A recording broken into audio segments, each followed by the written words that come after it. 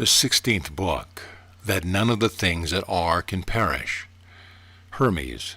We must now speak of the soul and body, O son, after what manner the soul is immortal, and what operation that is which constitutes the body and dissolves it. But in none of these is death, for it is a conception of a name which is either an empty word, or else it is wrongly called death by the taking away the first letter instead of immortal. For death is destruction, but there is nothing in the whole world that is destroyed.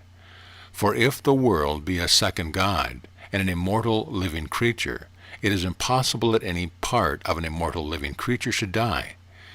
But all things that are in the world are members of the world, especially man, the reasonable living creature. For the first of all is God, the eternal and unmade, and the workman of all things. The second is the world, made by him, after his own image, and by him holden together and nourished and immortalized, and as from its own Father ever living.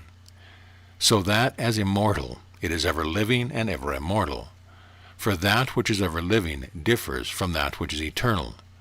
For the eternal was not begotten or made by another, and it were begotten or made, yet it was made by itself, not by any other, but it always was made. For the eternal, as it is eternal, is the universe. For the Father himself is eternal of himself, but the world was made by the Father ever living and immortal.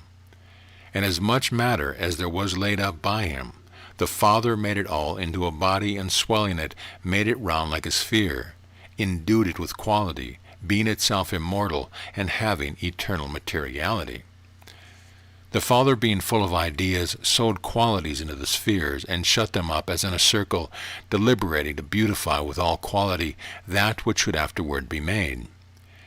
Then clothing the universal body with immortality, lest the matter, it would depart from this composition, should be dissolved into its own disorder. For when the matter was incorporeal, O son, it was disordered, and it hath here the same confusion daily revolved about other little things, endued with qualities, in point of augmentation and diminution, which men call death, being indeed a disorder happening about earthly living creatures.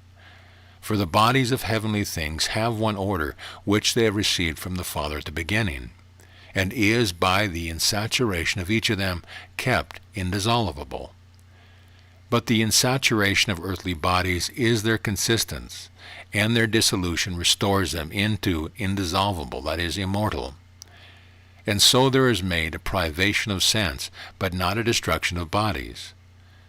Now the third living creature is man, made after the image of the world, and having by the will of the Father a mind above other earthly creatures.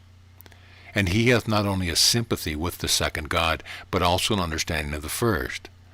For the second God he apprehends as the body, but the first he understands as incorporeal and the mind of the good. Taught, and doth not this living creature perish? Hermes. Speak advisedly, O son, and learn what God is, what the world, what an immortal creature, and what a dissolvable one is.